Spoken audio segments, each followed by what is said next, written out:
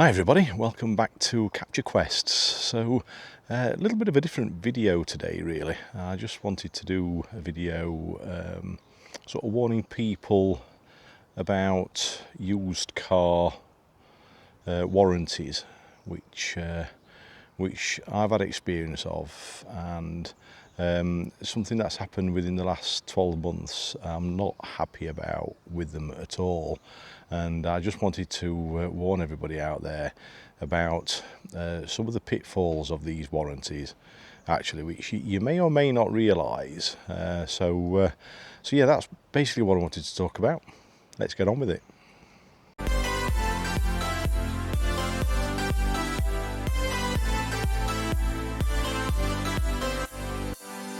So yeah, hi everybody. As I said, a little bit of something different today. So about a year ago, I suppose it would be, myself and Jane bought a used car from a certain national UK dealer, and it was a Citroen C5 Aircross. Now I'm not going to mention any names particularly in this video. I don't want any comebacks from it or anything like that. It is generally more of a sort of general sort of information video about these warranties and my experience of them. All I will say is thank heavens I've decided I'm not going to the dealer in question ever again. So read into that what you want. So yeah, about a year ago we bought this Citroen C5 Aircross. Now it had a panoramic sunroof, and I apologise about the bloody building works in the background. And it was a great car, we absolutely loved it. And then a few months after we'd purchased it, and by the way, we did purchase a used car warranty with this car. And some of you may say that, well, we ought to have read the small print, blah, blah, blah, blah. When we purchased the car, we didn't get it explained to us at all, which technically they ought to. They ought to explain this sort of thing to you, and they didn't. What they do is they send you an awful lot of bump through on emails, you know, like loads of attachments which you're supposed to read through. They don't ask you to read through it or anything like that. They just send it you through, and that's that. So, you know, to the average person, you don't tend to bother with things like that.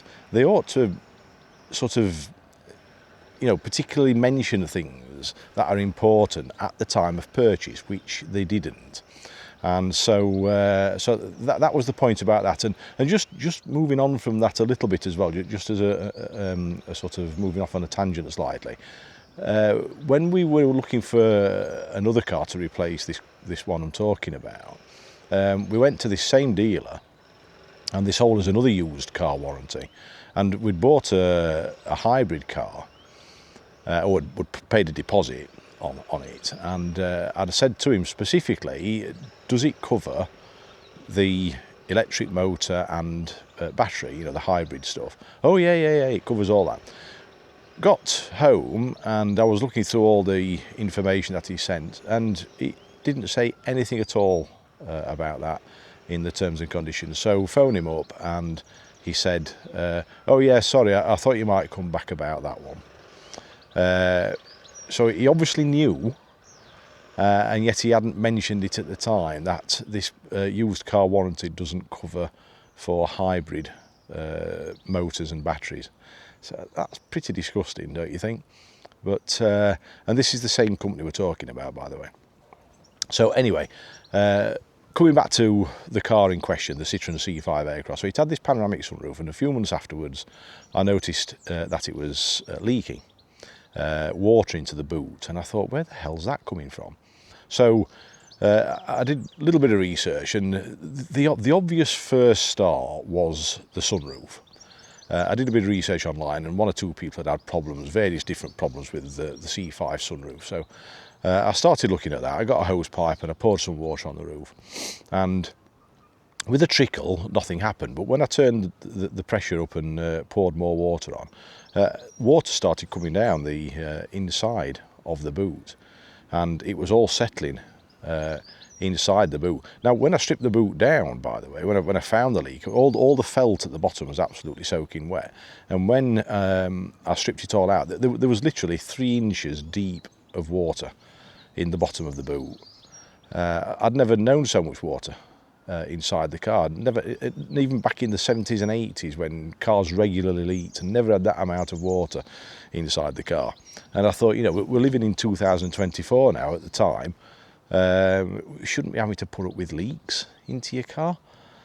So anyway, as I said, did a few checks. Now, when I purchased the car, I did know about the sunroofs. I knew about the drainage holes and the pipes and everything, and I got a piece of strimmer cord and I fed it through the hole from the top down, and it popped out at the bottom side. I thought, well, they're clear, and they were the front ones. Now, the problem with the panoramic sunroof is it's only the front half that opens. The back half doesn't open, and you can't get to the holes. And I didn't think at the time to get up from underneath, but anyway, the water drained away, and that was that. So, like I say, a few months later, discovered this leak, took it down, and they said, "Oh, we'll have a look at it and see." Now, in the UK, statutory rights apply, and when it comes to new and used cars, the statutory rights say that the dealer has 1 chance of repairing, or if they could replace or refund if they like. The ball's in their court, effectively. But if they're going to repair it, they have 1 chance of repair. If that one repair doesn't sort itself out or get it sorted out, then the ball's in the customer's court, and they can then say whether they want a further repair, refund or replacement. That's basically how it works. That's how I understand it.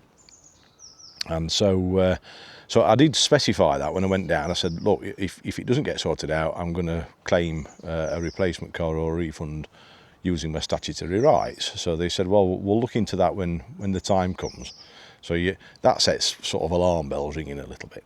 So first of all, by the way, I'd tried to claim on the warranty. And lo and behold, this is another thing about these warranties, or the warranty that I was sold, it doesn't cover leakages on the vehicle.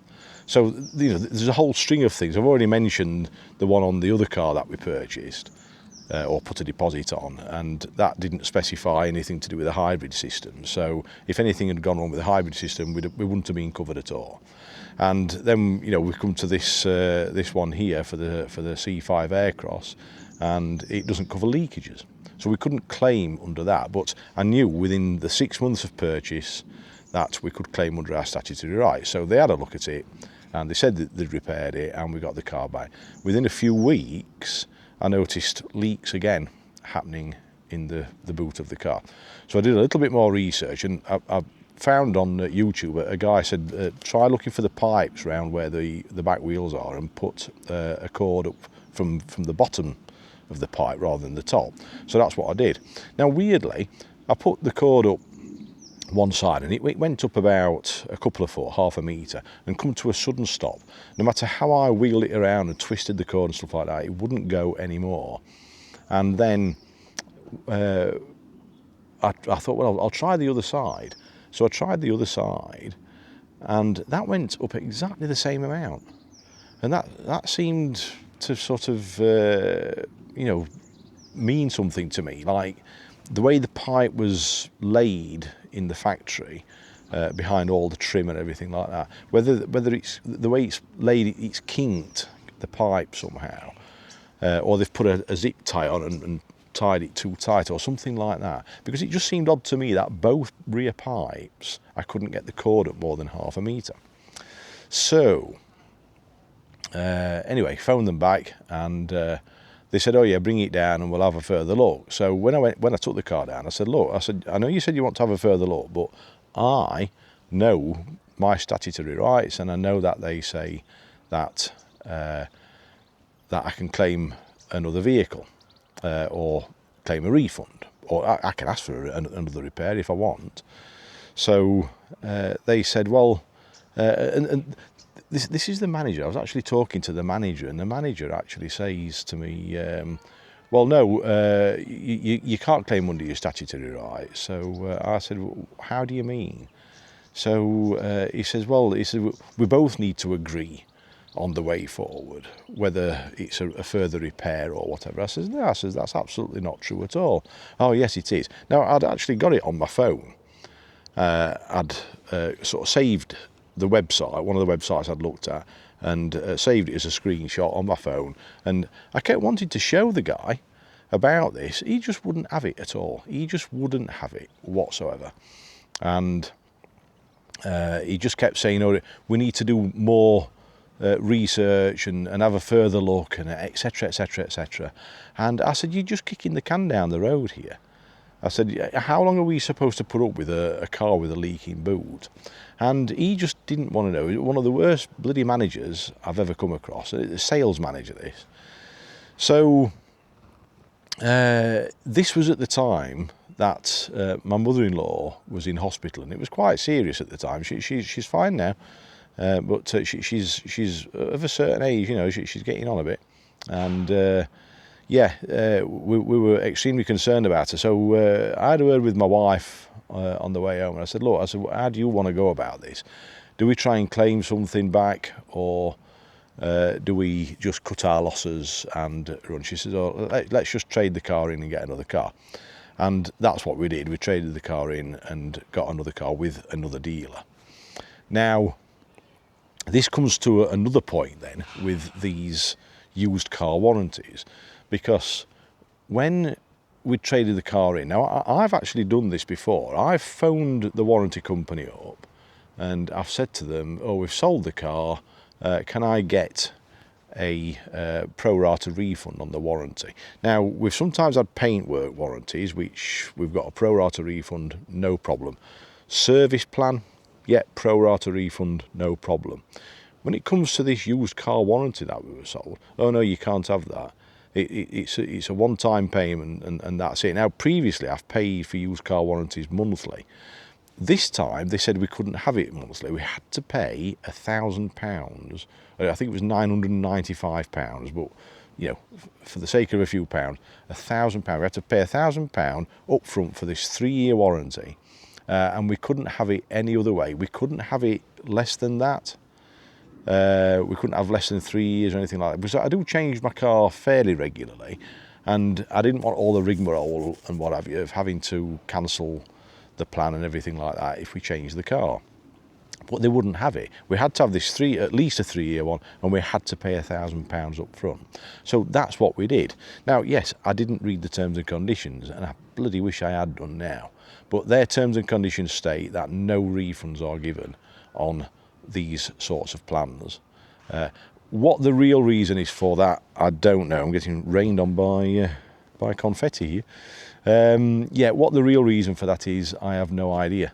And I don't know to this date. It's for some strange reason they just won't give you a refund on it, even though I got one off the paintwork and I got one off the service plan as well. Now, as I said, I've had cars previously with a used car warranty, and I have got pro rata refunds. But that was on a monthly payment, and I suppose the difference here is, I suspect they play a little bit clever. If you're on a monthly payment, you can effectively just cancel your direct debit and not pay any more. I know they advise you not to do that, but you could do that. If you've paid the £1,000 up front, there's not really a lot you can do about it, because they've got your money. They've got your money now. And I've looked into it. I've tried the motoring ombudsman, they couldn't help. I've tried the FCA, they couldn't help. I've gone to the trading standards, absolutely useless government department, absolutely bloody useless.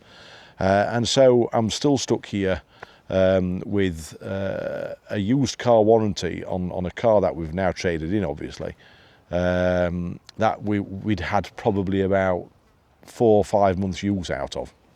Never claimed on it or anything like that, and we're £1,000 down on it, and we cannot get a refund on it, or a part refund or anything like that. So just wanted to warn everybody, you know, if you are somebody that purchases a used car, just be very, very careful of what it says on that used warranty. and read the terms and conditions, and don't just leave it up to the person in the showroom to explain stuff to you, because they won't explain stuff to you. They won't explain everything they're supposed to say to you. You know, they're supposed to say certain things and tell you certain things. I know this because I've got a good mate who's an independent financial advisor, and he knows the rules and regulations, and he's told me that they should have explained all that, and they haven't. And I've explained this to the training standards. 2 months later, I'm still waiting to hear from them. So that's my story of used car warranties. So yeah, £1,000 down, nothing to show for it. But yeah, definitely I'm not going to that dealer ever again. They can absolute Goldilocks so far as I'm concerned. So anyway, that's the end of the video. Please, you know, bear in mind what I've said and read those terms and conditions very, very carefully. And it's certainly put me off having used car warranties. And if I do consider having one, I will definitely be looking at the small print and making sure that I don't fall into that trap again. So on that note, guys, hopefully the next video is going to be a little bit happier than this one, but I just wanted to get it out there, do something a little bit different. I want to do some slightly different things on the channel. So so yeah, that's just one little story of my recent past life. So anyway, if it's helped anybody out there, fantastic. So take care, we'll see you on the next video. Thanks for watching. Remember, give the video a thumbs up, give it a like, subscribe to the channel if you're not already subscribed, and share the video and click that notification bell, and we'll see you on the next one. So yeah, take care, bye for now.